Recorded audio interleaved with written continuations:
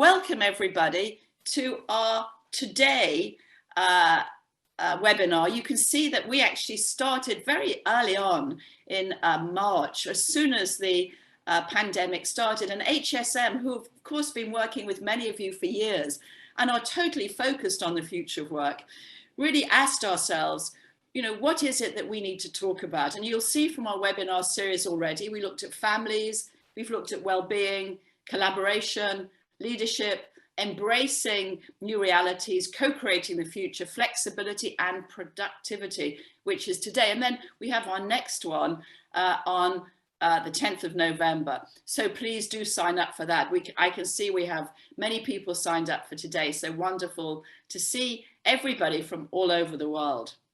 Now, I want to talk specifically about the way that we work. I want specifically to talk about hybrid work.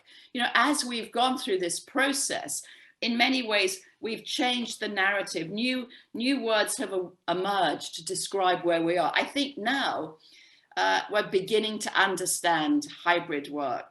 And we've got a lot of experiments on hybrid working. And in fact, some CEOs are saying, we don't want you back in the office. Others are saying, please come back in the office.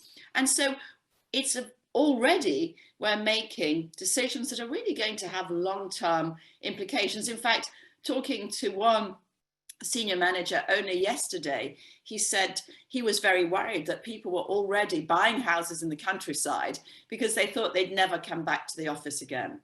So what I want this session to be about is I really want to ask the question about what is hybrid work, and more importantly, how do we make it productive? Now, I want us, first of all, just to remind us, when we're thinking about flexibility, we're actually, in a sense, thinking specifically about two aspects of flexibility. We're thinking about the place we work in, and we're thinking about the time that we work on.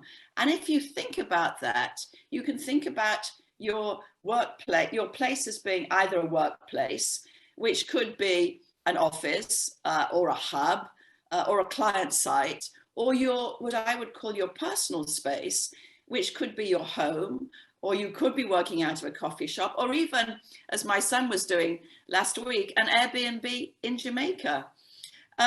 So, you know, place is becoming much more flexible since the pandemic, but that's not the only thing that's become flexible.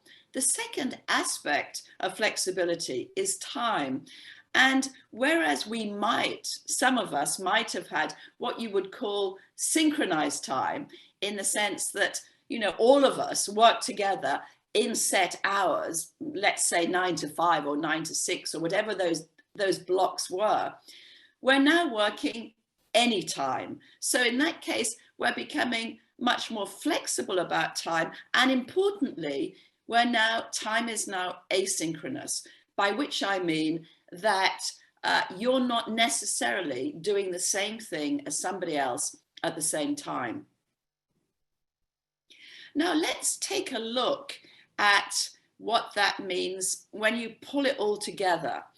And this is really an important slide in a sense, because I think it's a pretty good description of what's happening to flexibility right now. So if we think about place on the horizontal axis, from constrained, i.e. you're in an office, to unconstrained, i.e. you can be anywhere, but it doesn't really matter when you come in. So that's unconstrained time. Or I think sort of where we're at is working anywhere, anytime. And as you can see, you know, if we take a look at the history of that, you can see that you've sort of moved flexibly in terms of time in the past and flexibly in terms of place, but now we're doing both. So I want to start off with one of these marvelous word clouds. www.menti.com, use the code 17, I can see you're already doing it, 45, 97 and 8. I want this to be a conversation. So these word clouds are a marvelous way of doing that. So we're going to ask you to do quite a number in today's conversation. What are your what's the productivity upside? Because that's really what I want us to talk about today. What's the productivity upside of hybrid working that you've experienced? So let's just take a look at some of the words that you're saying. Freedom. Some of you are saying it's great. I've got freedom. I've got flexibility. I've got more time. Actually, the research shows that when people work from home, and there's only one study, remember, that actually does that properly, then the reason they were more productive is they had more time. And that's because of commuting, really. It means that if you spend 2 hours commuting, suddenly you've got that time back. Some of you are saying, I'm more motivated. I'd love to hear in the chat why you find hybrid working more motivating. That's actually a really interesting point. Some of you are saying, I'm more energetic, I'm more focused on work. These are all important words, of course, because they're all about productivity. So I can see, oh yeah, Sylvia says it's because she's working more. Andrew says it's because he's healthier. Yes, we've all got time now to do our walking. We're more inspired.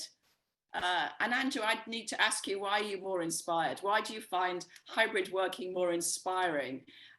You can see this is a marvelous word cloud. No commute, that's the big deal, isn't it? That hybrid working enables you to commute, to do less commuting. You've got, your family time is better. Some of you have said my family life is better. I've got more thinking space. I've got more space for reflection. And these are all important, actually, because they're all about productivity. Productivity, as I'm going to show you in a moment, is really about some of the things that you've spoken of. So some of the things you've spoken of help you to become healthier and to integrate your work better. But some of them are also purely productivity measures. You're more energetic, you're less stressed, you're more creative, you feel more efficient, you feel you've got more trust. That's a very interesting one. Again, the person who said trust, I'd be really interested to hear a little bit more in the chat about why you feel trust has gone up in terms of hybrid working. So thank you for that. I mean, that's really sort of fascinating in terms of what you're finding the upside of hybrid working. I'm just going to ask someone to switch their camera off there. So these are all very positive, but thanks, Jason. But let's take a look at the downsides, because, you know, for all of the upsides, there's also downsides. What are you finding are the downsides, if any, of hybrid working? What are the downsides, if any, of hybrid working that you've experienced?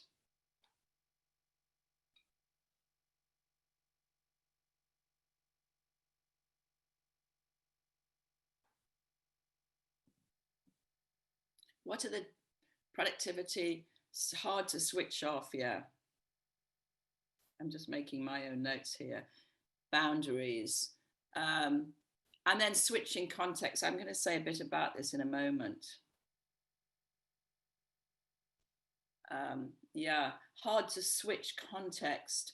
So if we can put those, let's put this in the Menti so that everybody can see them. That would be great. So if you could also put it in the Menti. Something about, so there's something about boundaries and there's something about relationships. Accountability, that's interesting, in silos. These are interesting because these are productivity issues. Meetings are too long. Yeah, that's interesting. You feel that there's more silo. That's to do with networks. Let me just stigmatize. These are very missing the human contact, you know, depression, issues about you spending more hours working. By the way, that's true. If you remember the work that was done by Nick Bloom on the call centers in China, the reason they were more productive is that they worked longer hours. So, and it's hard to stop work. It's hard to switch off. And then there's a whole, so longer hours is really your productivity downside. Of course, maybe your companies are saying it's brilliant. You're working longer hours. Isn't that marvelous? I don't know if you feel as if you're any more productive or creative, but you're certainly saying, you know, I'm working longer hours. Let me just say something about those boundaries. If you haven't seen the webinar that we did earlier on, and we'll obviously send you a link to that at the end of this conversation. I very quickly, we at HSM very quickly realized that there was something happening with boundaries. You know, when you come to work generally, you only have two boundaries. You leave the home, you get to the office, you get back home. And we have all sorts of rituals that allow you to make those, we call those transitional rituals, rituals that help you to make that transition from being at home to being in work. You know, you put your work clothes on, you commute, you let your mind get ready to start working, you have a cup of coffee, you walk through the office, you see your friends. These are all called transitional, moments. And of course, when those got a go, and when you move email, okay, let's talk about email later. Thanks for lots of you who said email.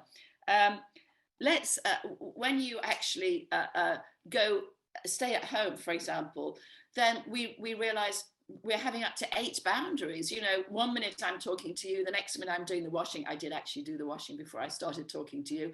I'll probably go out and take the washing out of the machine, and then I'm going to, you know, do something else. It's very distracting. And so this email one is very interesting. Again, if you've got any comments to talk about email, that would be great. You strain relationships.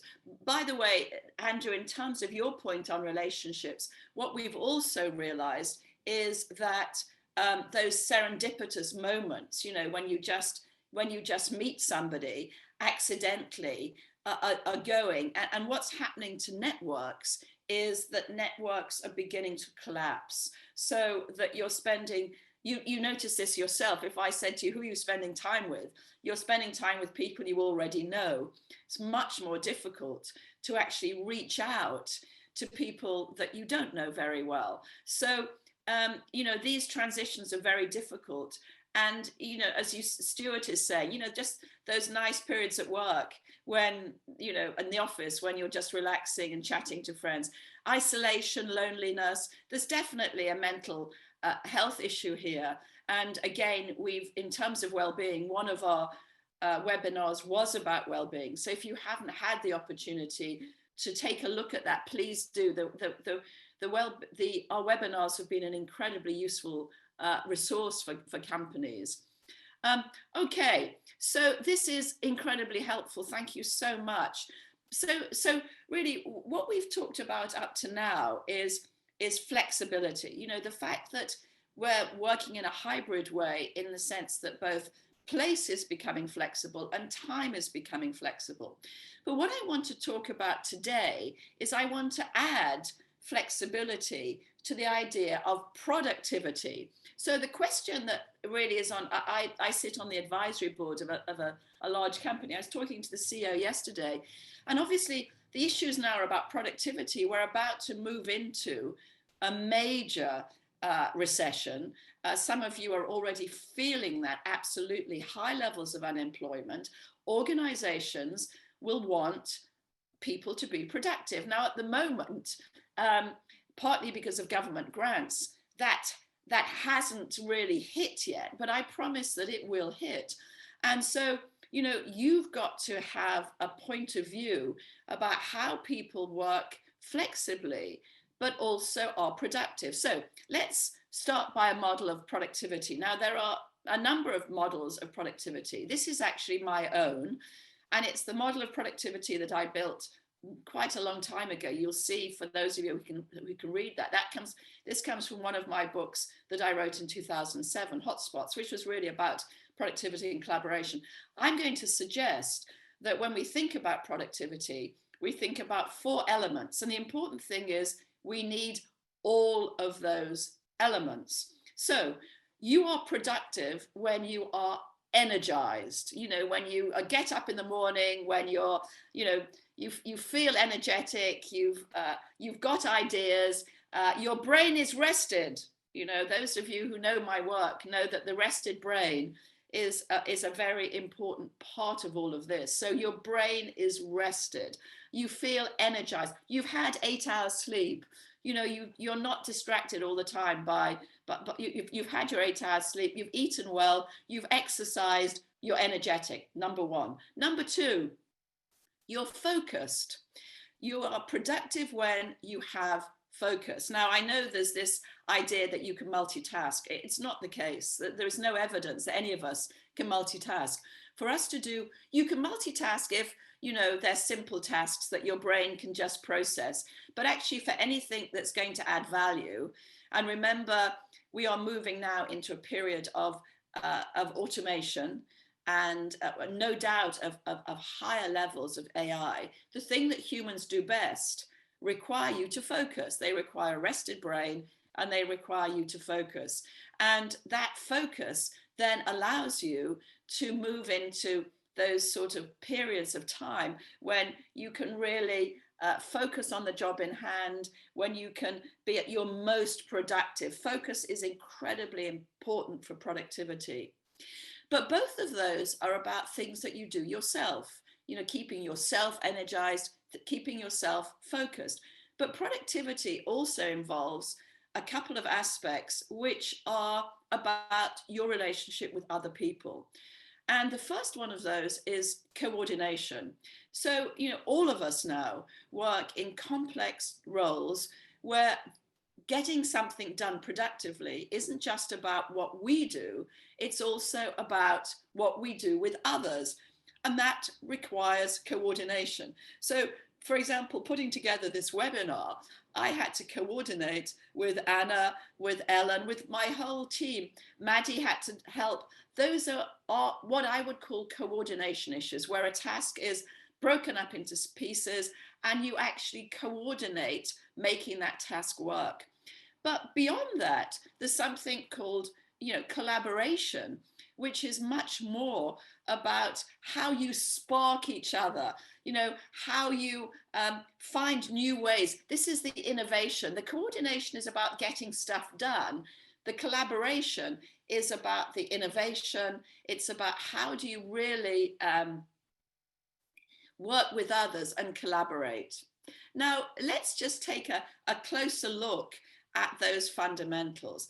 And what I want to suggest, I want you to just remind yourself of what productivity is. So if you're energized, then you have vitality, you're animated. If you're focused, you're directed, you concentrate. If you're coordinated, you're goal-orientated, you're efficient. If you're collaborative, you're participative, and you're cooperative. But each of those also has a negative. And I want you, as you look at those negatives, to see that in the word cloud, and we'll analyze this later, obviously, but in the word cloud, you'll see that some of the words that you used to talk about being positive are those words. You talked about particularly energy. Some of you said, you know, you were more directed. But when I asked you what the negatives were of hybrid work, you also used some of these, which is you don't feel energized, you feel fatigued, you feel apathetic, you're not focused, you're actually very distracted. You feel that, you know, your mind is quite scattered. You're not coordinated, you're disjointed in terms of the way that you're working with others. And you're divided in terms of what it is you're supposed to do. And you're not collaborative. Some of you are already saying, you know, I'm lacking trust with other people. I'm lonely, I'm not relating to others. Some of you might even be feeling there's some infighting going on or resistance to actually working collaboratively. Now, here's the problem, and you'll see it in the next slide. That context really matters. So, you know, the simple truth is that in terms of productivity, the context in terms of the place and the context in terms of the time really matters. But the challenge is, and you'll see this in the next slide, is that we don't really know how it matters. Now, let me just say, as an academic and as the founder of HSM, which is a research evidence-based consulting practice, we are working on very limited research. When people say to you, home working helps you to be more productive, the simple truth is they're talking about one study, and that study was Nick Bloom's study of Stanford on Call center workers. Why do psychologists love studying call center workers? Because their productivity is very easy to measure. But some of you do indeed run call centers, but many of you also have knowledge workers. In fact, that's really the basis of much of our economies these days. And the truth is, we don't know the impact of place and time on productivity. We don't know that. And we're just beginning to learn about it. Now, there are experiments taking place at the moment, but none of those have actually come to any sense of fruition yet. So my worry is that you're using an n equals 1. So when those of you who do experimental work, and Nick's saying, yes, so little evidence. Nick, I know, thank you for agreeing on that one. The n equals 1. So those of you who do experiments know that you need a sample size, that's called n, and you try and have a larger sample size as possible. Here, n equals 1, and that n is often you. So I can say, look, I feel incredibly energetic because I'm here at home, because here I am in my lovely home, my study in Primrose Hill. None of my 8 children are currently living with me. I'm very, very focused, very distracted, and I run every day. But actually, for many other of you, particularly your employees working with you, they don't have that. They've got young children coming into the office, into their room. They've got tiny apartments, often sharing with other people. So what n equals 1 is a very, thanks Ian for your point as well, is a very worrying point. And those of you who are doing experiments, and by which I mean, you know, you actually have half a sample doing one thing, half doing the other, you have productivity measures, you follow them over time, please get in touch with us, because those are like gold dust at the moment. So we've actually got to make a judgment about this. And this is my judgment call. You'll see it on the next slide. So my judgment call is that home is probably a place when you can feel energized, if it's done well. And you feel energized because, as you said earlier, you know, you can take time out, you can stand up, you can walk around, you can, until we get locked down again, you can exercise easily. And most importantly, you don't have a commute. I think that the office drains energy primarily for 2 reasons, actually. One is because of the commute, and the second is because of the office environment, where you're not standing up very much, you're sitting down, you're eating terrible sandwiches, all the other stuff that we know happens in offices. So one of the points I'm going to make later is that we need to think about the home as a place of energy. So what about focus? Well, when are you at your most focused? Well, actually, I think focus is more about time. I don't think it's about place. I think it's about time. And I think you're most focused, we are most focused when time is asynchronous, by which I mean when time is flexible. So for example, I'm a morning person, and when I'm writing a book, which thank God I'm not doing at the moment, I usually wake up at 6 o'clock in the morning. I come into this study where I'm here right now, and I work for 4 hours, focused, working on that. And it's very important to me that nobody interrupts me. So when I'm working, my team know that mornings are my time. And because I have flexible time, I can do that. Some of you may feel the same. So during, some of you may be night owls, but to be focused, you need to have some sort of flexibility around time. But of course, the downside of time in terms of focus is that synchronous time means that, you know, you're being interrupted all the time because everybody's working the same time as you. They're walking into your office, they're sending you emails, they're expecting you to respond to them. So synchronous time, I think, can be quite draining of focus. Okay, let's talk about the two to do with your relationship with other people, which is really to do with networks. Coordination, I feel, is something to do with time. You can coordinate. You're perhaps thinking, well, why isn't Lynda talking about place? Well, because, you know, you can do quite a lot of your coordination virtually, but coordination requires you to be with somebody at the same time.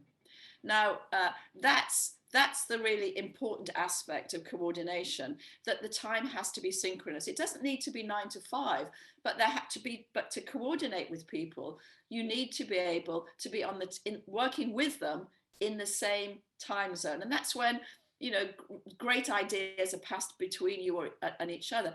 And if time is asynchronous, then coordination becomes very difficult. You're already noticing that. That some of people are saying to you, oh, well, I'd like to work between 7 and 10. And others are saying, oh, well, I want to work between 10 and 12. And some of people are saying, oh, no, I really want to work in the evenings.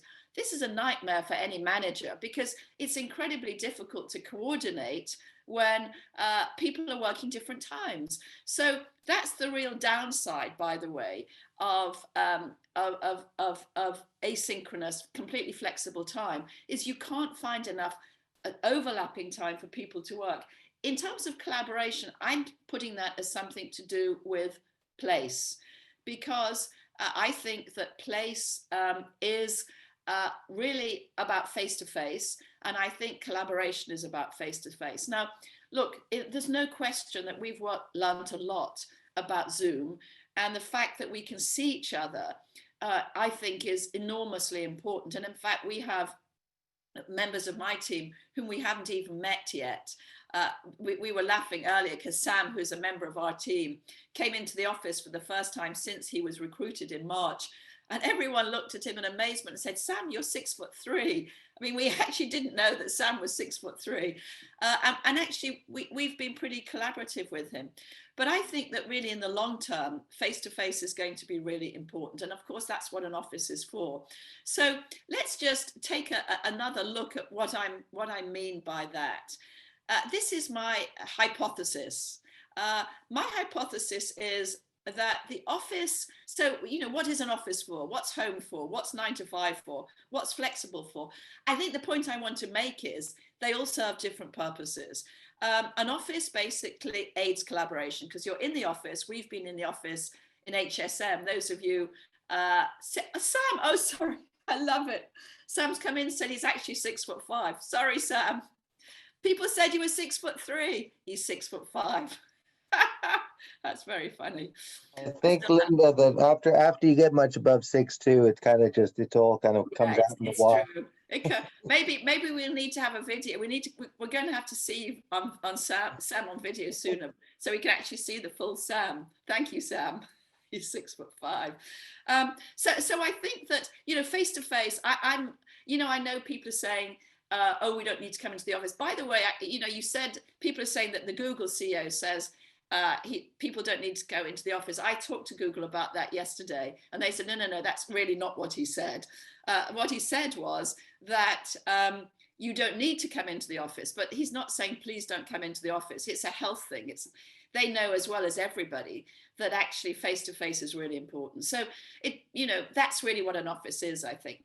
But at the same time, you have to stop an office from depleting energy. What's home for? Well, home is for building energy. You know, working from home makes us energized, but it means we're not collaborating face-to-face. What's 9 to 5 for? Well, 9 to 5, or some sort of, let's call it synchronous rather than 9 to 5. Synchronous time aids coordination because you're all in it together. And flexible time aids focus. So that's really where I'm at.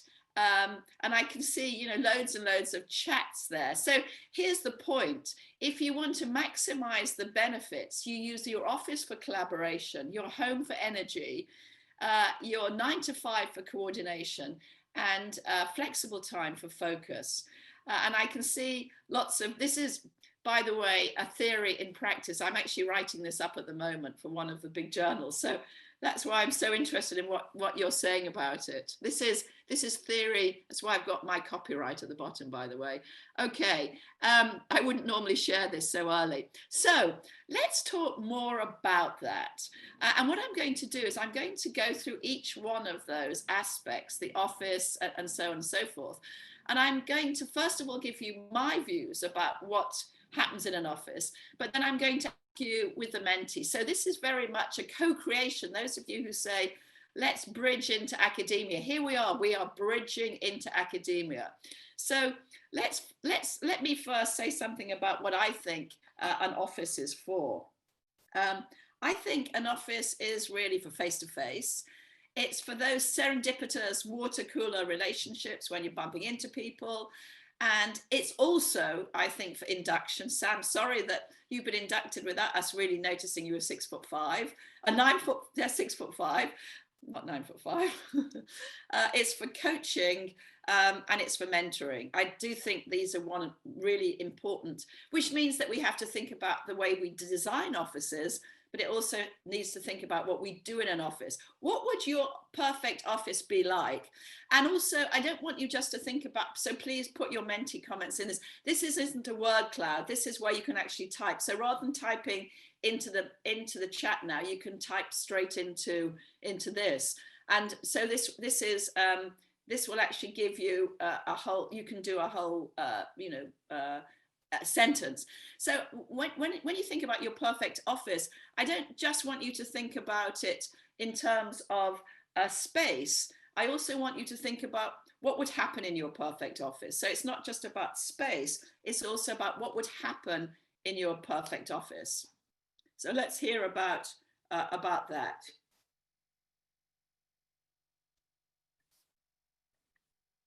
What would your perfect office be like? Let's see if this is working.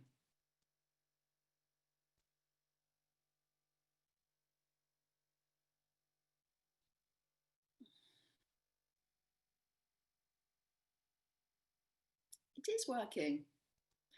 Oh, I like this. These are so helpful. You don't want your open planner. That's interesting. Social meeting depicts the culture. Yeah, I like that. The person who said depicts the culture. Could you write a bit more about what you think? What is it that depicts what? I think you're talking about artifacts, aren't you? What are the artifacts that would depict culture? Precious. Yeah, we don't want to be in our office all the time. That's for sure. You want it like a hotel lobby. I love it. Calm, bright. Dog, yes, we need all of those who've got COVID puppies. Hands up, everyone who's got a COVID puppy. Let's have dogs in them. So for brain close to home, yes, that's an important point, isn't it? Couldn't we use these hubs a bit more? Home-like. Oh, I don't know about that. Lots of kids. Yeah, so quite a few of you. Now that's really interesting because I'm saying in my piece that it's got to be open space, but actually quite a lot of you are saying you want it also to be closed space. You know, I was thinking that the home would be a place for you to close space. Those of you who said closed space, why wouldn't you use your home as a place, you know, which is closed, where you can focus? Why would you? Yeah, talky, but quiet. Oh, focused work. Yeah. So some of you are thinking that you would do focused work in the office. That's interesting. I didn't think about that. I'd like to hear a bit more about the crack. Yes. Oh, you're doing your work alone. Yes. Yeah, lots of plants. Those when this dreadful COVID comes, LBS professors, yeah, I'd love to spend all my time in your office. When this COVID comes, do come and see us, by the way, in our amazing office, in HSM's office in Covent Garden. It is so fabulous. It's got wonderful colors, it's got lovely plants, it's got wonderful places. You can come and see us there and have great coffee. We've got great coffee. Doesn't have a dog. I think we should have a dog, actually. We're still thinking about having an HSM dog. Feeling the buzz, yeah, not too noisy. Natural oxygen, yeah. Oh, this is absolutely wonderful. Thank you so much for all of these incredible, thoughtful comments about what the home is. Sorry, what the office is. Let's move on now to talk about our home. So lots of you are saying we want to work from home. In fact, actually, those you perhaps know that the HSM it's our own survey. We've been surveying you from the very beginning, actually, about home and how you want to work.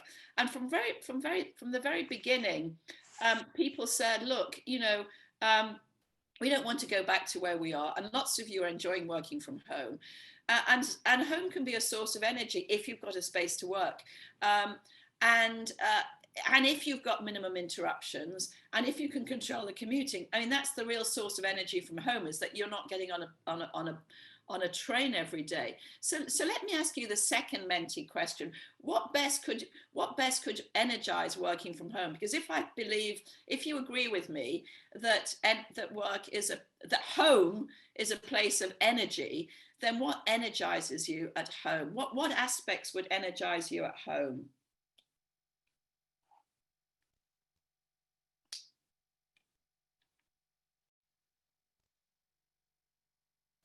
What would energize you from home? So let's get that working.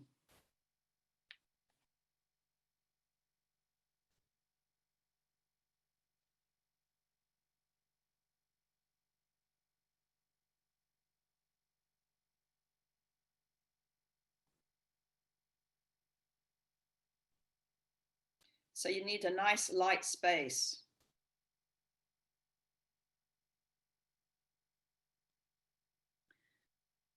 Space to think. Snack. Oh, apparently you're not supposed to have snacks at home. Make my own lunch. Yeah. Comfortable chair. Squeezing a workout. Yeah. So some of you, the great thing about home is that you can actually manage your time a little bit more as well. So that's time to walk. Yeah. So what you really like about home is that it is actually you can control your time a bit more, and that you've got space, and that the environment's really happy, that you're quiet, that you're close to a garden. You've got a comfy chair. Yeah, easier to have phone meetings without everyone listening. Yes, that's an interesting one as well. So lots and lots of 73 of you have made comments about this. This is so fantastic. We will actually thank you for all this. We're keeping all of this, obviously, and taking a closer look at it. Let's take plants. Yes, Nicola. Let's take a look at the third aspect. And we're now moving on to time, which I think is slightly more complex. But my worry is that we've thought too much about place and not enough about time. So the point I want to make now is that coordination comes from time. It's about how you coordinate tasks. It's about how you do in-the-moment coaching. It's about how you do team catch-ups. There's something very profound, and it can be virtual, or it can be face-to-face. I don't think it matters which either, where you're actually in the moment with each other. So, I mean, I think for me, synchronized time is in the moment times. And the research question that I'm really interested in is, what are the most important activities when your time is synchronized with others? So of all the things that you feel that you should be doing, what are the ones where you'd really want somebody, and by synchronized, I mean, they might not be sitting next to you, but they're actually in the moment. Let's call that in the moment. I think that's probably a way of thinking about that. So what are the most important activities it's really important that you synchronize with others? When you want quick responses, decision making, project kickoffs, mentoring, coaching. This is very helpful. Please keep these coming. This is absolutely super. Activities when it's really important that you're in the same time, you're in the moment with other people. Let's call these in the moment activities.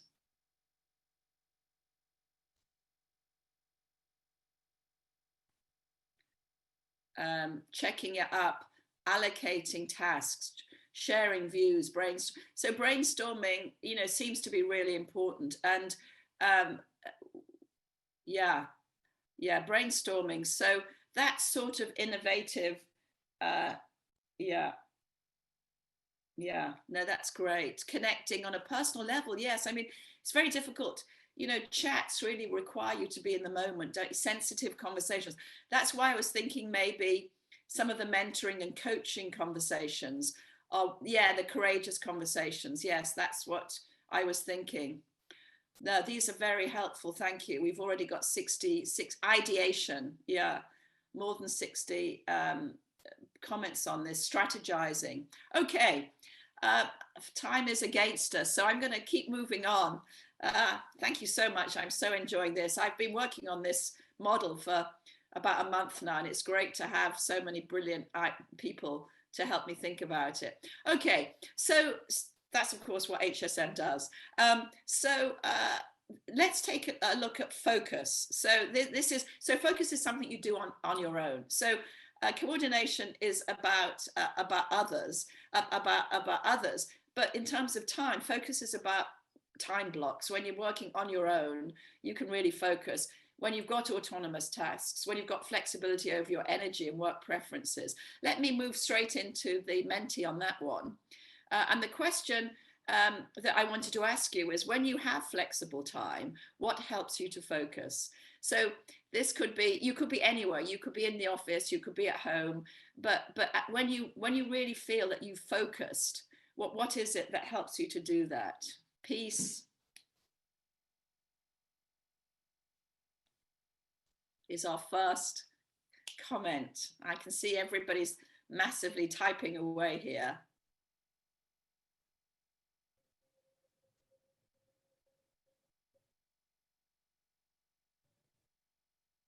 And lots of comments as well.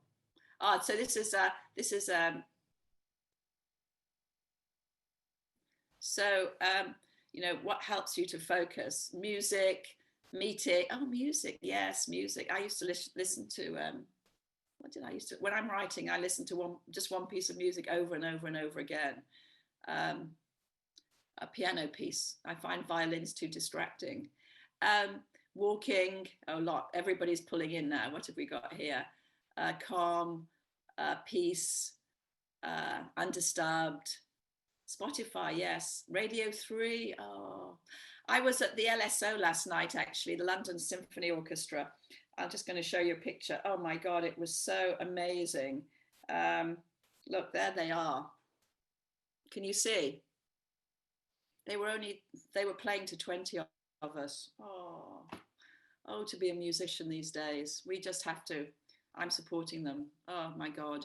Okay, 75 of you have said stuff. We'll look at that later. Right, final thoughts. Well, first of all, this is a work in progress. And Jan said, you know, can we stay involved? Of course, we'd love you to. Oh, hi, Alison. I'm actually going to write this up. In fact, I'm writing it up at this very moment. So this is all very helpful, and that will all be made available to you. So final thoughts. Hear the voice of employees. I think that this is, you know, this is very intentional. In fact, the word that I want to use the most at the moment is intentional. We didn't really have to build, you know, 9 to 5. We could just, you know, people came into the office, they hung around, we did stuff. This is very intentional. You've got to listen to what your employees say. You've also got to hear the voice of the job. And that's why in this webinar, I talked about productivity. My worry is that we're talking far too much. We're listening too much to the employee. We're not listening enough to the job. And I think that's going to be a problem for productivity. So we're going to have to balance that. And co-creation is going to be absolutely crucial. I'm going to stop now and hand over to my colleague, Anna Gurin, who's heads up the research at our marvelous HSM. Anna, over to you. Hi, Lynda. And thank you very much, everyone, for sharing your insightful thoughts and questions in the chat box while Lynda was speaking. And do please pop any other questions you have into the chat box. So some interesting points coming out around the challenges and benefits of working from home in that time and place dichotomy that you mentioned, Lynda, and also relationships. So it seems that kind of relationship element is very important in terms of building those social connections for collaboration and innovation, as you mentioned. But connecting to that time place question, a very interesting question from Miles around, so obviously what people have been sharing has been how they found working from home or working in this way in the past. But obviously if we're now moving into a new hybrid way of working, what has been a novelty may end up being the new normal and the new reality.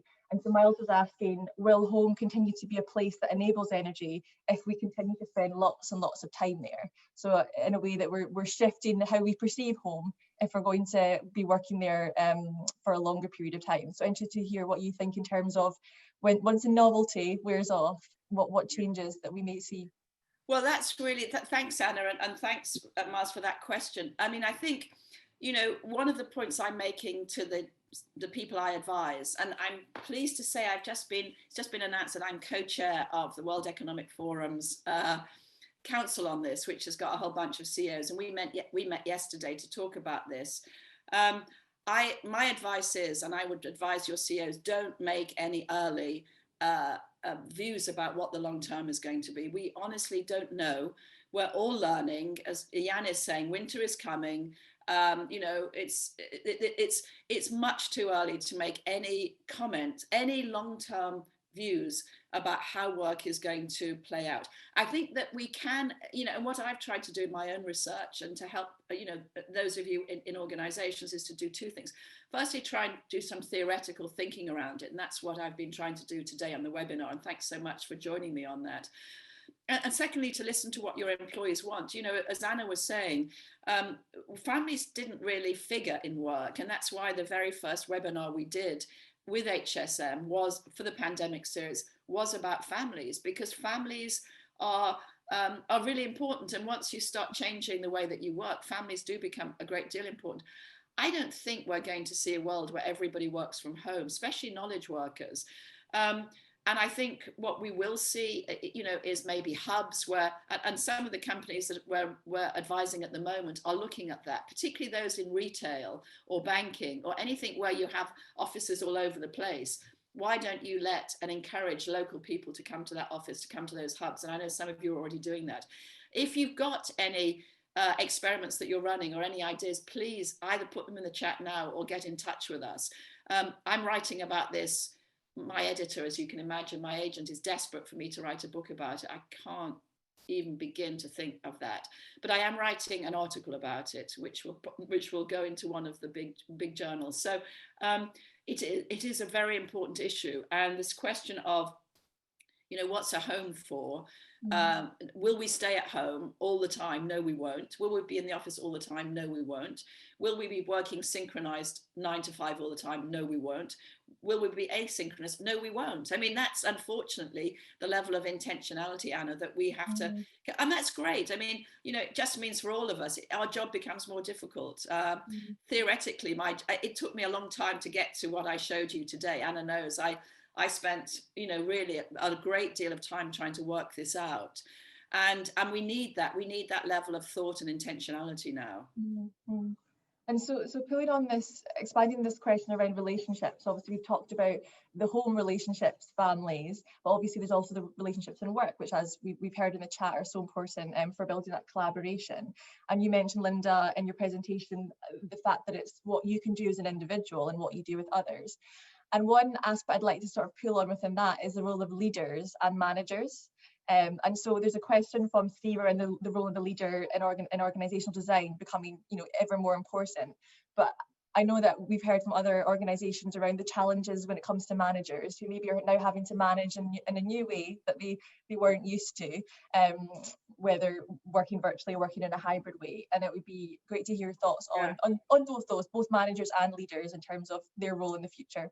Well, I think, our moment has come. I mean, I had 1 hour yesterday, as my team know, with a CEO talking about the future of work. I've never spoken to a CEO for an hour, one-to-one, about the future of work. I mean, he, who runs a very large company, is extremely concerned about it. So we've got to do everything we can to help leaders navigate through this process. And of course, we at HSM are here to help you to do that.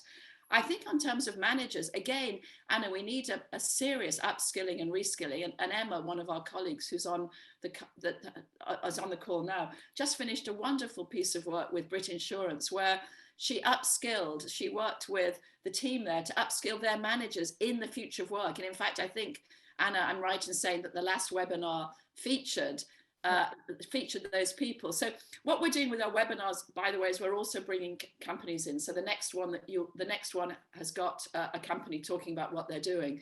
So I think we have to upskill, and managers, it's a very tricky time for managers, and we realize that managers are being asked to make decisions about new ways of working when they really don't know enough about, you know, how people are productive. So exciting times, but also tricky times. Thanks, Lynda. And one final point that we've been interested to explore. So there was quite a few comments around the variability that you have in terms of experiences, but also in terms of personality and characteristics. So a few people talking about introverted and extroverted, and the differences in how they perceive working from home versus working from work. And another interesting point in this question of variability that just came in there from Monica, which is we're now moving into winter, which obviously again is a very different situation to working from home and working in this way in the summer. So it'd be great to hear so many variables. New ones will probably emerge that we're not even aware of as we develop our way of working. So how can organizations maintain that tailored response to the variabilities of individual experiences, whilst also having a consistent experience, so that people don't feel there's kind of unfair aspects for certain individuals? Yeah, well, I mean, absolutely. And in fact, you know, Anna, you know that fairness is the area that fairness and trust are the areas that we're researching at the moment. So those of you who are not members of our Future of Work consortia, and you certainly should be, the next we do 3 big blocks of research a year, and the next one is on fairness and trust. And of course, we think about these areas way in advance. So this was decided on last year, but honestly, it just couldn't be more important. I mean, I think that fairness is totally crucial right now, and well-being. And again, we've run a webinar on well-being. One of the things that we've been doing, which has worked really well, Anna, as you know, is to join up people to talk about issues. So, for example, the next webinar, we're going to be talking to Ericsson, who, and we worked with them to connect 100,000 people to talk about values. And I think, you know, talking about values, talking about well-being, we've got platforms now, facilitated platforms that can do that. So I think that we've really got to be, you know, a great deal more sophisticated in how we think about the future of work. Great, thank you, Lynda.